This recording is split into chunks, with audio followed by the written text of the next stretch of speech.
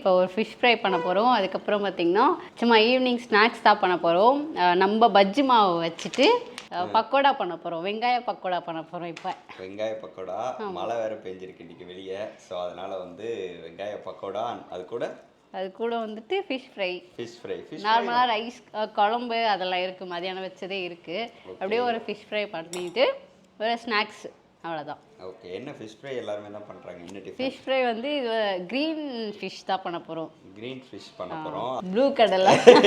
Blue கடலில் இருக்க மீனை வச்சு நாங்கள் வந்து க்ரீன் ஃபிஷ் ஃப்ரை தான் இன்னைக்கு பண்ண போகிறோம். ஸோ ஏதோ டிஃப்ரெண்ட்டாக பண்ண போகிறாங்க வரலட்சுமி. என்னென்ன இருக்குன்னு அதில் இன்க்ரீடியன்ஸும் நம்ம பார்த்துடலாம். ஸோ டைம் வந்து இப்போ ஆல்மோஸ்ட் 8 ஆகிடுச்சு. எப்பயுமே எங்கள் ஈவினிங் ரொட்டீன் இப்படி இருக்குமா அப்படின்னு கேட்டிங்கன்னா கண்டிப்பாக இருக்காது. மேபி இதை நாங்கள் வீடியோ கூட எடுக்கலாம்.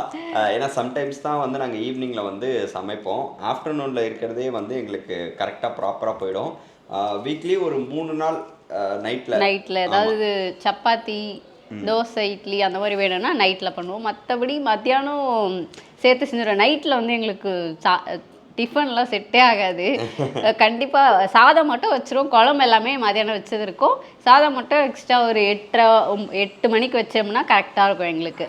9-9:30 வந்து சாப்பிட்ருவோம் நாங்கள். நம்ம வந்து அதுவுமே அந்த 3 days வந்து ஏன் வந்து நம்ம நைட்டில் சமைப்போம்னு பார்த்தீங்கன்னா, யூஸ்வலாகவே நம்ம வீட்டில் ஆஃப்டர்நூன் செய்கிற சாப்பாடு வந்து ஈவினிங்கில் வந்து நம்ம அம்மா சமையல ஒர்க் பண்ணுறாங்க இல்லைங்களா, அவங்க வீட்டுக்கே கொடுத்து விட்டுருவோம். ஆமாம், அது போக மீதி மதியானம் நாங்கள் லஞ்ச் சாப்பிட்டுட்டு அதுக்கப்புறம் அவங்களுக்கு கொஞ்சம் பேக் பண்ணிவிட்டு எங்களுக்கு நைட் கொஞ்சம் எடுத்து வச்சிருவோம். அந்த அளவுக்கு தான் நாங்கள் சமைப்போம். அம்மா இவ்வளோ சமைக்கிறாங்கன்னு சொல்கிறீங்கன்னா இதுதான் காரணம். எல்லாரும் சாப்பிட்ருவோம். அவங்களும் கூட சேர்ந்து சாப்பிட்ருவாங்க எங்கள் கூட நைட். அப்புறம் அவங்களுக்கு பேக் பண்ணி கொடுத்துட்டு எங்களுக்கு கொஞ்சம் குழம்பு எடுத்து வச்சிருவோம் நைட்டுக்கு.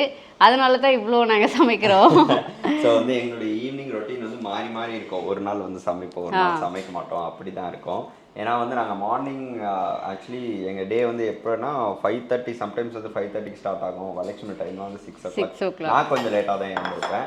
அதனால் ஈவினிங்கில் கொஞ்சம் நேரம் ஃபேமிலியோட டைம் ஸ்பெண்ட் பண்ணோம்னு சொல்லிட்டு மோஸ்ட்லி வந்து இது பண்ண மாட்டோம். ஸோ இன்றைக்கி என்ன டிஃப்ரெண்ட்டாக பண்ணுறாங்கன்னு வரலட்சுமி பார்க்கலாம். இது வந்து இதுக்கு பக்கோடாக்காக வெங்காயம் வந்து நல்லா மெலிசாக கட் பண்ணி வச்சுருக்கேன்.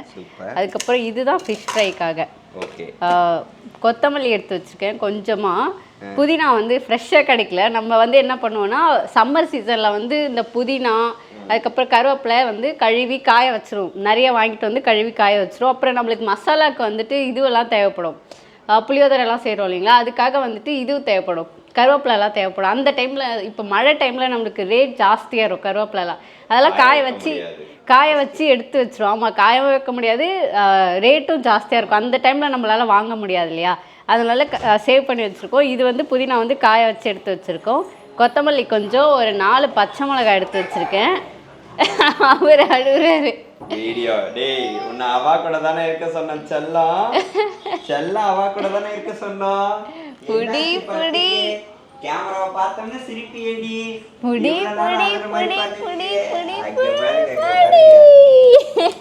அவா வந்து விட்டு போயிட்டாங்களா செல்லம், அவா வந்து விட்டு போயிட்டாங்களாடி. சரி வா, நீ வீடியோக்கு வந்துரு. இங்க இருங்க, நாங்க பாட்டு வீடியோ எடுக்கிறோம். சரியா, விளையாடுறீங்களா? இங்க என்னென்ன எடுத்து வச்சிருக்கேன்? கொத்தமல்லி கொஞ்சம், ஓகே, ஃப்ரெஷ்ஷாக புதினா கிடச்சிதுன்னா எடுத்துக்கோங்க. இது புதினா கொஞ்சம். இது வந்து ஒரு 15-10 வந்து சின்ன வெங்காயம் தோல் உரித்து எடுத்து வச்சுருக்கேன். இஞ்சி வந்து ஒரு சின்ன பல்லு வந்து தோல் எடுத்துட்டு இது பண்ணி வாஷ் பண்ணி வச்சுருக்கேன். பூண்டு வந்து ஒரு 8 இருக்கும், தோல் உரித்து எடுத்துருக்கேன். ஒரு 4 பச்சை மிளகா, ஜீரகம் வந்து ஒரு 1/2 ஸ்பூனு, மிளகு வந்து ஒரு 15 இருக்கும், சோம்பு வந்து ஒரு 1/2 ஸ்பூன். அதுக்கப்புறம் இது வந்து ஒரு சின்ன லெமன் எடுத்துக்கோங்க, கொஞ்சம் உப்பு போட்டுக்கணும், அவ்வளோதான். இதெல்லாம் வந்து மிக்சியில் போட்டு மிக்ஸ் பண்ணி அந்த பேஸ்ட்டாக எடுத்து வச்சுட்டு நம்ம மீனில் வந்து அப்படியே மசாலா போட்டு வச்சிடலாம். ஒரு 10 நிமிஷம் ஊறின பிறகு நம்ம எடுத்து ஃப்ரை பண்ணிக்கலாம். ஓகே, ஸோ இது வந்து ப்ரொசீஜராக உங்களுக்கு வரலட்சுமி சொல்லுவாங்க. இப்போ வந்து நம்ம குட்டி பாயன் நம்ம கூட வந்துட்டாரு, கீழே இருக்கான். இவ்வளோ நேரம் உள்ளே இருந்தான். என்னப்பா பண்ணுறீங்க? மேட்டில் தான் கை வைக்கக்கூடாது. ஆமாம், அவருக்கு வந்து என்னென்னா மேட்டு, மாப்பு, தொடப்பம் இதெல்லாம் தான் வச்சு விளையாடணுன்னு இருக்காரு அவரு. இப்போவே கிளீனிங் சொல்லி தர மாடி செல்லம். கிளீனிங் பண்ணுவீங்களா நீங்கள்? அப்படியா, கிளீனிங் பண்ணுற செல்லம்மா இது? சரி, ஓகே, நாங்கள் போய் சமைச்சிட்டு வந்துடுறோம் செல்லம். ஓகேவா? இப்போ இதெல்லாமே மிக்ஸி ஜாரில் போட்டுக்கலாம். நம்மளோட பெரிய மிக்ஸி வந்து இப்போ ரிப்பேர் ஆயிடுச்சு, அதனால இப்போ பிளெண்டரில் போட்டுக்கிறேன். ஆனால் 2-3 பேருக்கு நம்ம கம்மியாக தானே இப்போ நைட்டு சமைக்கிறோம், அதனால பிளெண்டரே போதும். ஆமாம், எடுத்து நீங்கள் வேஸ்ட் பண்ணி அதை கழுவ வேண்டாம். பிளெண்டர் இந்த மாதிரி வாங்கி வச்சிங்கன்னா ரொம்ப ஈஸியாக இருக்கும். அப்புறம் இன்னொன்று நான் வந்து இந்த ஹெல்த் பெனிஃபிட்டாகவே உங்களுக்கு சொல்லணும்னு வந்து இருந்தேன். முடிஞ்சால் நீங்கள் வந்து வீக்லி ஒன்ஸோ இல்லை ட்வைஸோ வந்து எல்லாருமே வந்து இந்த அத்தி வந்து சாப்பிடுங்க.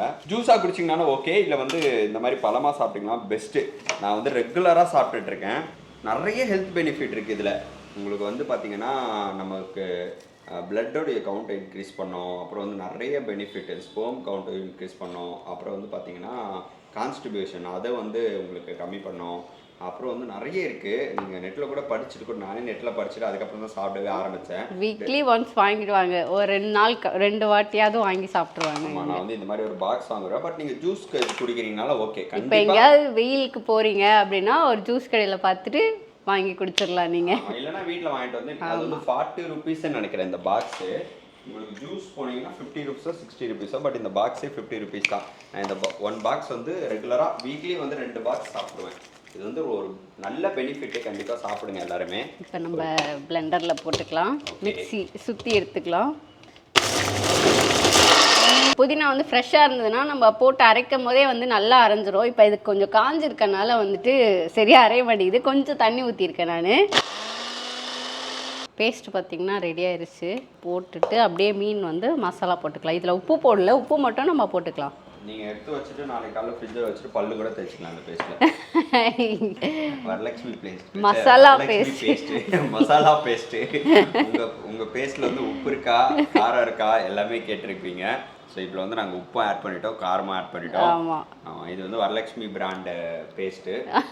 வேறு எங்கேயும் கிளைகள் கிடையாது எங்களுக்கு. நீங்கள் வேணும் அப்படின்னா வந்து எங்கள் வீட்டில் மட்டும்தான் வாங்கணும். இதை வந்து அப்படியே போட்டு மிக்ஸ் பண்ணிவிட்டு இது மேரினேட் ஆகட்டும் கொஞ்ச நேரத்துக்கு. ஒரு 10 to 15 மினிட்ஸ் இருக்கட்டும். இல்லைனா நீங்கள் வந்து நைட்டு இந்த மசாலா போட்டு வச்சுட்டு காலையில் நீங்கள் ஃப்ரை பண்ணி, காலையில் இல்லை நாளைக்கு மதியானம், நாளைக்கு மதியானம் வந்து ஃப்ரை பண்ணி கூட சாப்பிட்டுக்கலாம். அதாவது நீங்கள் நைட்டு ஊற வச்சு நீங்கள் நாளைக்கு மதியானம்லாம் போட்டிங்கன்னா அப்படியே ஊறி பயங்கரமாக இருப்பாப்புல. அப்படியே எண்ணெயில் போட்டோம்னா நம்ம எப்பயுமே அப்படி தானே பண்ணுவோம். மார்க்கெட் போயிட்டு மீன் வாங்கிட்டு வந்தோம்னா ஒரு வாரம் ஃப்ரீசரில் போட்டுருவோம் நாங்கள். அப்புறம் வேணுன்றப்ப காலையில் வந்து எடுத்து வெளியே வச்சுட்டு மதியானத்துக்குள்ளே வந்து அது நல்லா மெல்ட் ஆகிடும் அந்த ஐஸ் கட்டிலாம். மதியானம் சாப்பிடுவோம், சூப்பராக இருக்கும். ஸோ இதுதான் சிம்பிள் மெத்தடு. கொஞ்சம் க்ரீன் சிக்கன் எப்பயுமே வந்து நம்ம ரெட் ஃபிஷ்ஷாக சாப்பிடுவோம். ஒரு க்ரீன் ஃபிஷ்ஷாக வந்து குழந்தைங்களுக்கு செஞ்சு கொடுக்கலாம், டிஃப்ரெண்ட்டாக இருக்கும்.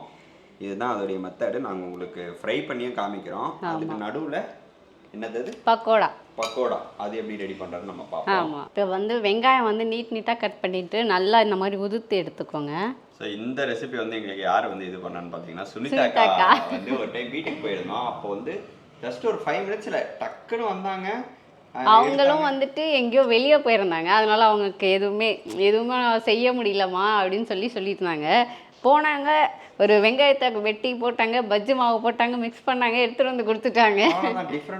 ஒரு 2 மினிட்ஸ்ல ரெடி ஆயிடுச்சு. இதை பாருங்க, இந்த மாதிரி நீங்க சின்னதா இப்படி பண்ணிக்கிட்டீங்கன்னா சூப்பரா இருக்கும். ஓகே, இது பாத்தீங்கன்னா நம்மளோட அம்மா சமையலோட பஜ்ஜி மாவு. இதுல வந்து எல்லாமே போட்டிருக்கோம். உங்களுக்கு உப்பு எல்லாமே, காரம் எல்லாமே இருக்கும். ஜஸ்ட் நீங்கள் இந்த மசாலாவை மட்டும் மிக்ஸ் பண்ணி போட்டிங்கன்னா போதும், டேஸ்ட்டு சூப்பராக இருக்கும். நிறைய வந்து நம்ம எப்படி ரெடி பண்ணணும்னு போட்டிருப்போம். வந்து இந்த ப்ராடக்ட் வேணுன்றவங்க கீழே லிங்க் கொடுக்குறேன், வாங்கிக்கோங்க. நம்ம ஹோம்மேடு வீட்லேயே ரெடி பண்ணுறது. ஓகே, எவ்வளோ போட்டால் போதும்? இப்போ ஒரு சிலர் வந்து நல்லா காரமாக சாப்பிடுவாங்க, அதுக்கேற்ற மாதிரி போட்டுக்கோங்க. ஓகே, நீ எத்தனை? ஏன்னா இப்போ நான் வந்துட்டு ஒரு 4 வெங்காயம் போட்டிருக்கேன். ஓகே, இது மாவு போட்டுட்டு லைட்டாக தண்ணி தொளிச்சுக்கோங்க. இந்த மாதிரி மிக்ஸ் பண்ணி எடுத்துக்கோங்க, அவ்வளோதான். இது ஒரு 2 நிமிஷம், ஒரு 5 நிமிஷம் கழிச்சு நம்ம வந்து எண்ணெயில் போட்டு பொரிச்சு எடுத்துக்கலாம். டக்குன்னு நம்ம வீட்டுக்கு கெஸ்ட்லாம் வராங்கன்னு வச்சுக்கோங்க, நீங்கள் கஷ்டப்படணுன்னே கிடையாது, 2 நிமிஷத்தில் டக்குன்னு முடிச்சிடலாம் இந்த மாதிரி ஸ்நாக்ஸ்லாம். ஆமாம், ஸோ இந்த மாதிரியும் நாங்கள் இனிமேல் ட்ரை பண்ணி உங்களுக்காக வீடியோஸ் போடுறோம். அதில் பாருங்க, அவ்வளோதான் ரெடி. அவ்வளோதான் ரெடி. 5 மினிட்ஸ் வச்சுட்டு ஒரு 2 மினிட்ஸ் கூட போதும், அப்படியே கூட போடலாம். ஆனால் கொஞ்சம் 2 மினிட்ஸ் வச்சிங்கன்னா உங்களுக்கு நல்லா அதில் பிடிச்சிக்கும், ஈஸியாக இருக்கும். லைட்டாக தண்ணி மட்டும் கொஞ்சம் தெளித்து இது பண்ணிக்கோங்க. நிறைய ஊற்றிட்டிங்கன்னா அப்புறம் ரொம்ப தண்ணி ஆகிடும். நம்ம லைட்டாக போட்டு தெளிச்சிக்கலாம், அவ்வளோதான். மீன் பார்த்திங்கன்னா கொஞ்சம் நல்லா ஊறிடுச்சு. எண்ணெய் வச்சுட்டு, ஃப்ரை பேன் வச்சுட்டு எண்ணெய் ஊற்றி எண்ணெய் நல்லா காஞ்சிடுச்சு. இப்போ வந்து ஃபிஷ்ஷை வந்து இதில் போட்டுடலாம். இந்த பக்கம் வந்து ஃபிஷ்ஷுக்கு கொஞ்சம் எண்ணெய் ஊற்றிருக்கோம். அந்த பக்கம் வந்து பார்த்திங்கன்னா நாங்கள் வந்து இந்த பக்கோடாக்கு கொஞ்சம் போட்டிருக்கோம். ஃபிஷ் அப்படியே ஃப்ரை பேனில் போட்டோம்னா ஃப்ரை ஆகிறாரு. இருக்கிறது வாசனையே ஆளை தூக்குது.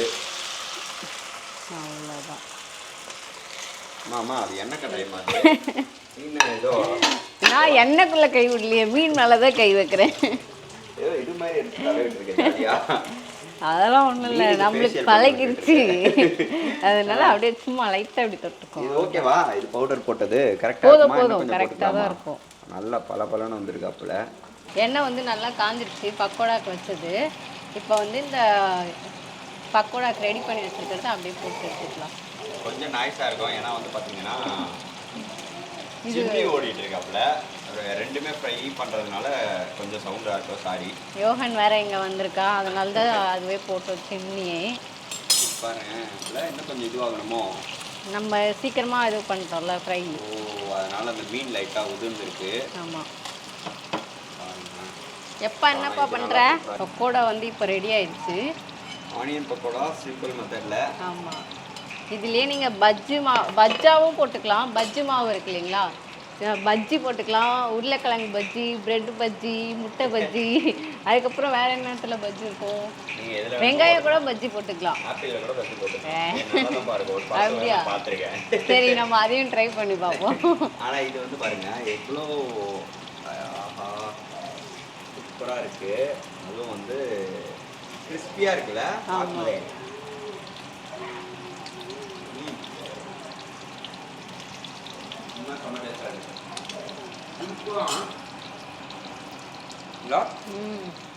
ரொம்ப கிறிஸ்பியாக இருக்குது, டக்குன்னு முடிஞ்சிடும். ஈவினிங் ஸ்நாக்ஸ் பசங்களாம் ஸ்கூல் போயிட்டு வந்தாங்கன்னா இந்த டெய்லி ஏதோ ஒரு பஜ்ஜி போட்டு கொடுக்கலாம். நம்ம வீட்டில் செஞ்ச மாவுலால சூப்பராக இருக்குது, டக்குன்னு முடிஞ்சிடும். ரொம்ப சிம்பிள். அது கூட ஃபிஷ்ஷை ரெடி ஆகிடுச்சு. ரெண்டுமே உங்களுக்கு எடுத்து காமிக்கிறோம். டைம் பார்த்தீங்கன்னா 8:30 ஆகிடுச்சு. அப்படியே டின்னருக்கு என்ன இன்னைக்கு?